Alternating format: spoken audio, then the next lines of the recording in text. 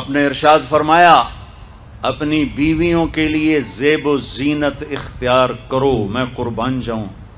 میں تو آپ کو نبی کا دین بتا رہا ہوں، آپ کہتے تو دین بڑا اوکھا کام، بیوی واسطے چنگے کپڑے پاؤنا اوکھا کام۔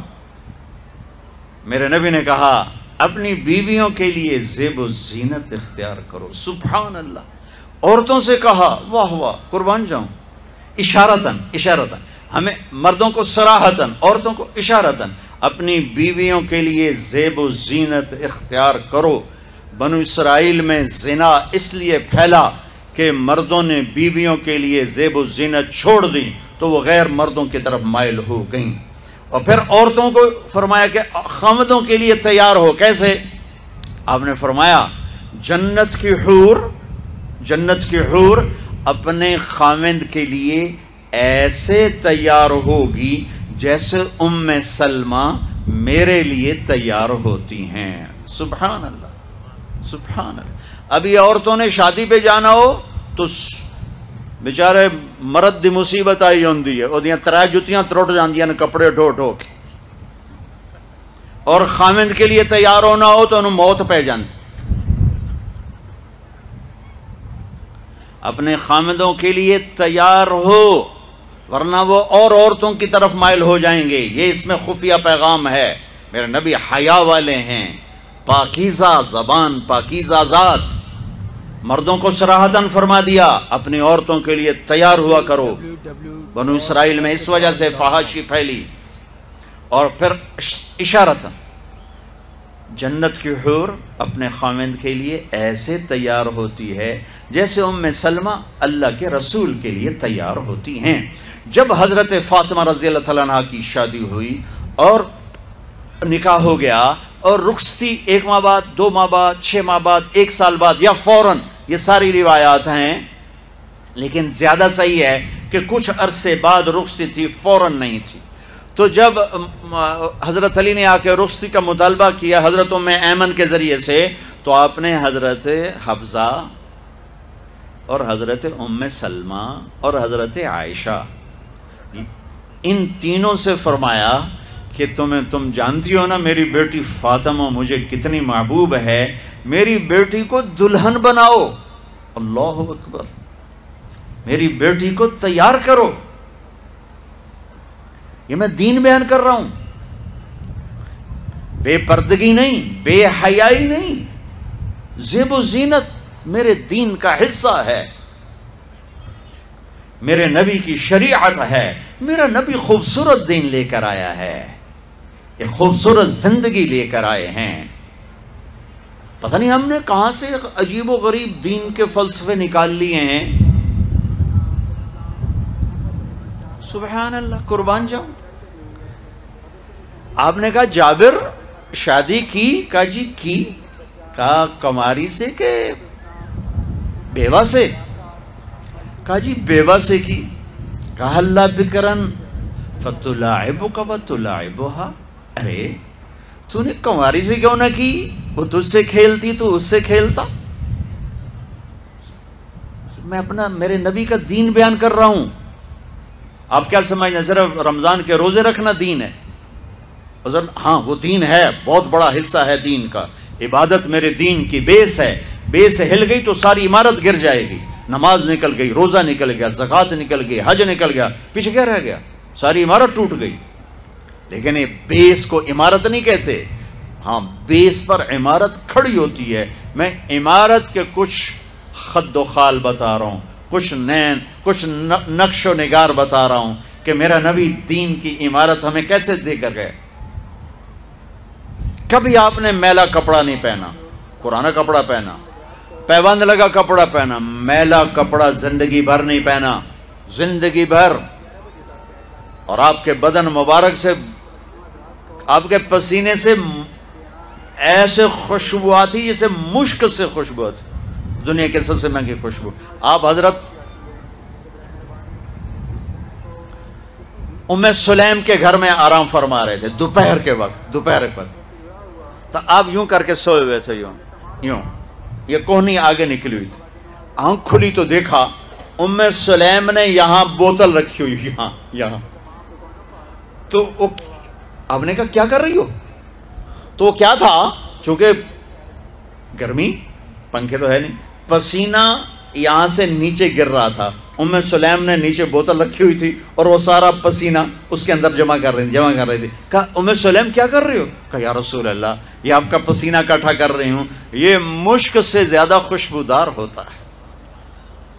میرے نبی نے کبھی گندے کپڑے نہیں پہنے، کبھی میلے کپڑے نہیں پہنے، پرانا پہنا ہے، پیوند لگا پہنا ہے، میلا نہیں پہنا.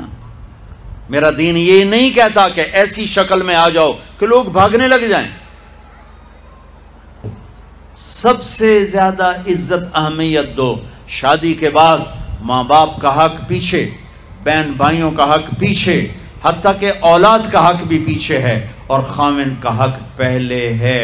بہت سی عورتیں اپنی نادانی کی وجہ سے ماں باپ کے پیچھے لگ کر اپنے خاوند کو چھوڑ دیتی ہیں، خاوند کو ذلیل کر دیتی ہیں، اپنے بچے کے پیچھے لگ کے اپنے بچوں کی وجہ سے اپنے خاوند کو بے عزت کرتی ہیں. بہت سے باپ اپنے بچوں کی وجہ سے بیوی کو بے عزت کرتے ہیں، یا اپنے ماں باپ کی وجہ سے بیوی کو بے عزت کرتے ہیں. یہ سب بے اعتدالیاں میرے معاشرے میں ہیں.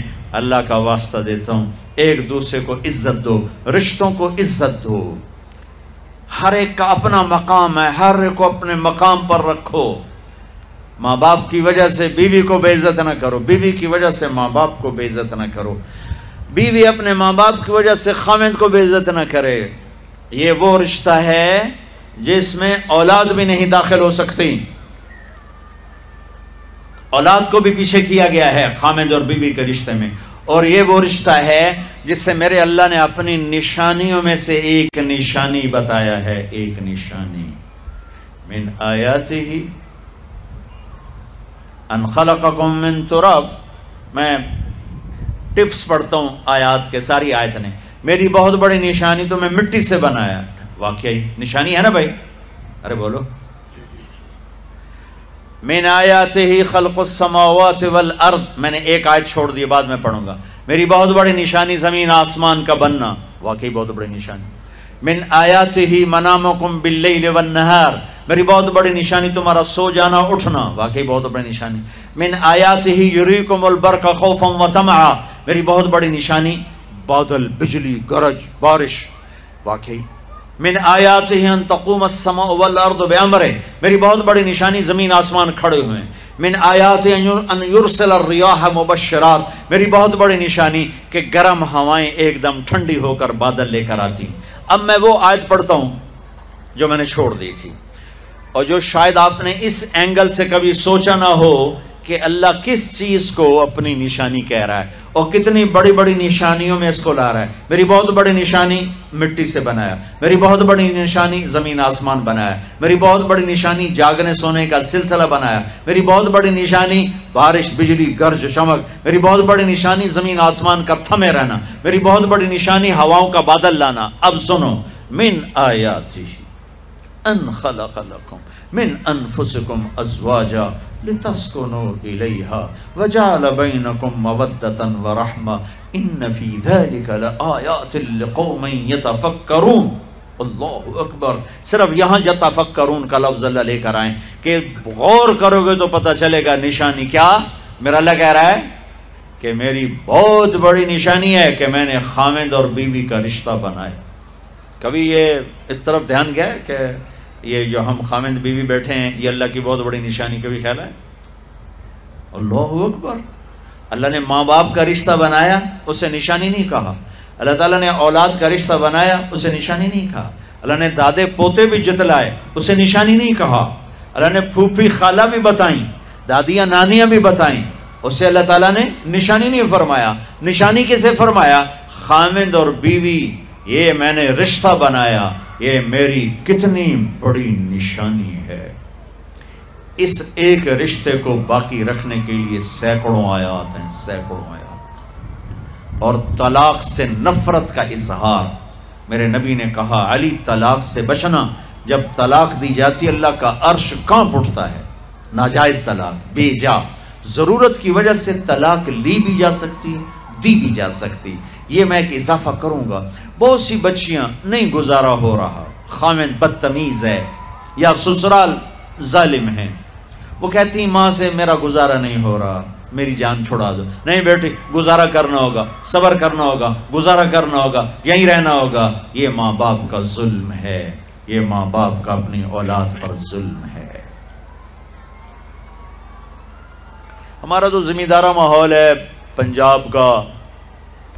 میں نے اپنے ہی خاندان کی بتاتا ہوں، بچیوں پہ ظلم ہوتے دیکھے، پھر ان کی فریادیں بھی سنی، پھر ان کے ماں باپ کا ظلم دیکھا۔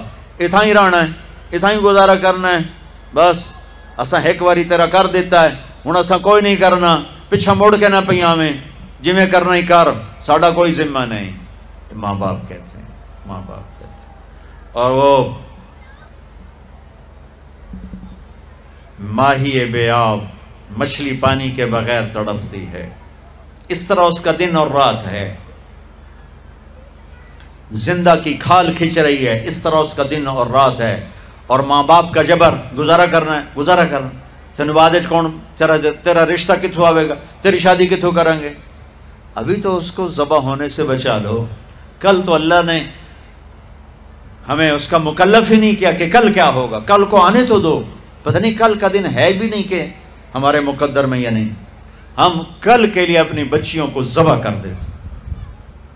میں نے ان کو تڑپتے دیکھا۔ میں صرف اپنی فیملی کی بات اوروں کی فیملیوں کی بات جہاں جہاں تعلقات، کہیں رشتہ قریب کا ہے، لڑکی بدتمیز ہے، بچہ شریف ہے، وہ کہتا ہے ابا جی میں طلاق دینا چاہتا ہوں، میرا اس سے گزارا نہیں ہے، زبان شدید ہے۔ آئے میرے بھائیو، گھروں کی آبادی اللہ کی قسم، مالدار ہو یا غریب ہو، صرف اچھے اخلاق سے ہوتی ہے، اور گھروں کی بربادی مالدار ہو یا غریب ہو برے اخلاق سے ہوتی ہے، برے اخلاق سے ہوتی ہے۔ دو واقعے اوپر نیچے ہوئے۔ ایک خاتون ملی، مجھے تعارف کرائے گا کہ ایک خاتون آ رہی ہیں، ان کے خاوند کھربوں پتی ہیں، کھربوں پتی۔ ٹھیک ہے جی آؤ۔ اس خاتون نے آتے ہی رونا شروع کر دیا، مولانا لوگ مجھے خوش قسمت سمجھتے ہیں کہ میں بہت بڑے مالدار کی بیگم ہوں، میرا دل زخمی ہے، میرے خاوند کا سلوک اچھا نہیں، میں دولت کو آگ لگاؤں، یہ ہیرے کے سیٹ کو میں کیا کروں جب اس کا سلوک ہی میرے ساتھ اچھا نہیں۔ چند دن کے بعد ایک نوجوان ملا، مولانا میں اپنی زندگی سے تنگ ہوں، میری بیوی انتہائی بدتمیز ہے، انتہائی زبان دراز ہے، میں اپنی زندگی سے تنگ آ چکا ہوں، 3 بچے ہو چکے ہیں، طلاق دے نہیں سکتا، میں کیا کروں؟ یہ روزمرہ کے واقعات ہیں۔ تو ضرورت کے لیے طلاق دی جا سکتی ہے، لی جا سکتی ہے، نہ عیب ہے نہ تانا ہے، نہ ذلت ہے نہ کوئی داغ ہے۔ لیکن ابھی فیصل آباد سے ایک بچی ملی، اس کی بچی گود میں، طلاق کیوں ہو گئی؟ کہا سسرال نے کہا بچی کیوں پیدا ہوئی ہے، گھر واپس جا، طلاق دے دی۔ بچی پیدا ہونے پہ طلاق دے دی۔ پچھلے ہفتے ملا ہوں، پچھلے ہفتے۔ کیا قصور ہے؟ کہ بچی پیدا ہوئی، طلاق دے دی۔ اور یہ 3 دن پہلے اسلام آباد میں خاتون ملی کہ سسرال نے گھر سے نکال دیا، کیوں؟ 3 بچیاں گھر سے نکال دی، 3 بچیاں پیدا ہونے پر گھر سے نکال دیا۔ یہ بھی اسی دیس کی کہانی ہے، یہ بھی اسی دیس کی دکھ بھری داستان ہے۔ ظلم صرف وہ نہیں جو بھتہ کی پرچیاں آ رہی ہیں اور جو دہشت گردی ہو رہی ہے، یہ گھر جیسے وہ بہت بڑا ظلم ہے، ایسے یہ بھی بہت بڑا ظلم ہے کہ کہیں بچیاں ذبح ہو رہی ہیں، کہیں بچے ذبح ہو رہے ہیں۔